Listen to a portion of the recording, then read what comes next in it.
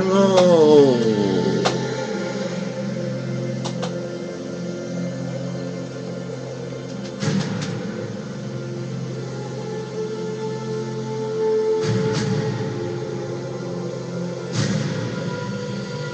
Blessed are they that do his commandments, that they may have a right to the tree of life, and may enter in through the gates into the city. For without are dogs, and sorcerers, and whoremongers, and murderers, and idolaters, and whosoever loveth and maketh a lie. It's a lie to say, I know him, and keepeth not his commandments. So, if we're keeping something, we know it. We know what that something is because we keep it. So if someone asks us for it, we know. So if God asks you for his commandments to prove you, will you know them? Or will you just say you know them? Knowing and thinking you know are two different knows. One can get you removed from his presence. The other one can bring you into his presence. It could greatly affect your chances in being present with him. So, how many of us really do know his 10 Commandments? This guy does. That's why he's a bright fellow. He's a blessed fellow, this one.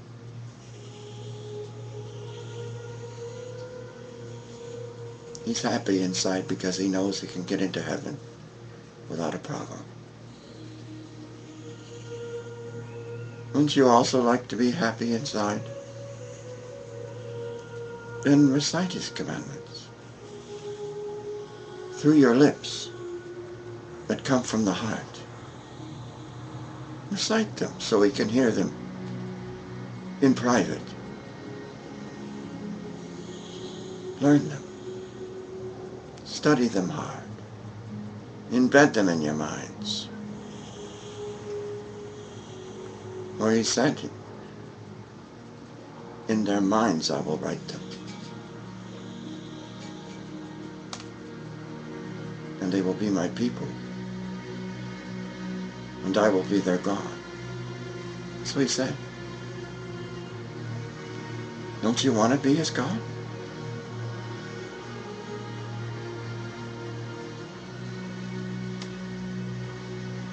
Don't you want to be with God, I mean?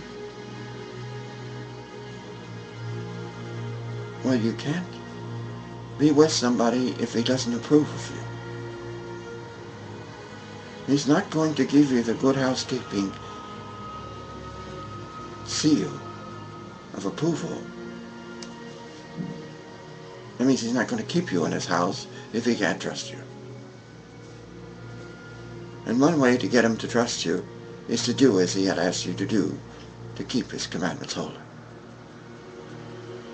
That's what our Father asks you to do if you wish to get his good housekeeping seal of approval. So no commandments, no seal. No seal, no save.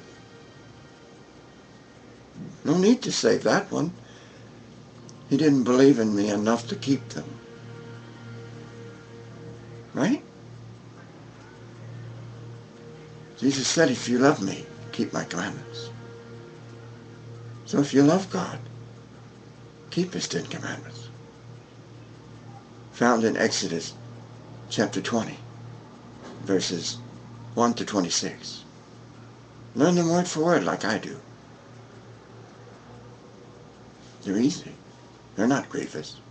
Nothing the Lord hath made is grievous. Men's law is grievous. That's why people fall asleep studying the laws of Congress. rather than the laws of God, who are not grievous. That's why they suffer greatly trying to learn the 1,000-page laws and bills that they've created in place of God's simple commandments. They would need a dump truck to bring their commandments. But I just happen to have God's laws here. Here's a more compact version. It's more portable. It's the King James. Yes, it's a neat little version, isn't it? It's much more portable than a dump truck of men's laws and their stupid commandments against one another. They just can't condemn one another enough. Or haven't you noticed that when you're condemning someone, you're not using God's 10 commandments. You're using men's commandments to condemn them with. And in Matthew 7, Jesus commanded you, judge not, that ye be not judged. For with what judgment ye judge, ye shall be judged. And with what measure ye meet, it shall be measured to you again. It's on page 1305 of the Sermon on the Mount. That's the last part of his sermon, his last chapter of his Sermon on the Mount in Matthew, chapter 7. And he forbids you to judge. Judge.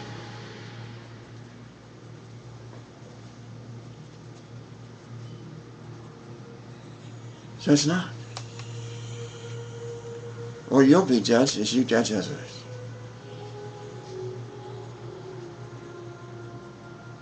Keep his commandments holy. One of them was to judge not.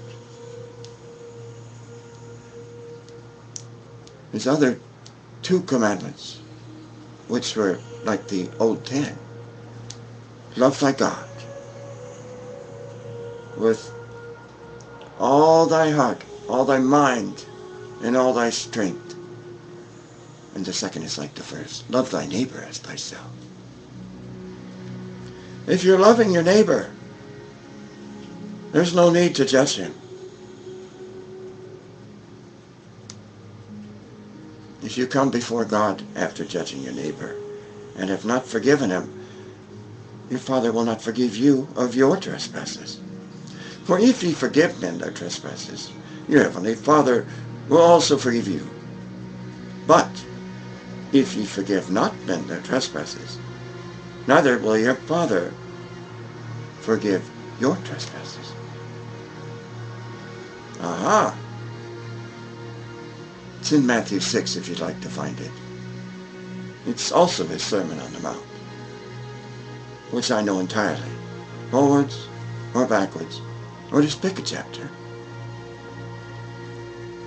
Isn't it better to know them completely? Yes, I imagine it is. And why do we in court, we take this holy book? Do you solemnly swear to tell the truth, the whole truth, and nothing but the truth, so help you? And then you take his name in vain. That's what taking his name in vain is. Swearing by him, but not using him. Using his name to preach his commandments is not taking his name in vain. Swearing by him in your courts and using your law rather than his law is taking his name in vain. So the courts are in danger of judgment. But whosoever is angry with his brother without a cause, a just cause, just meaning by this law,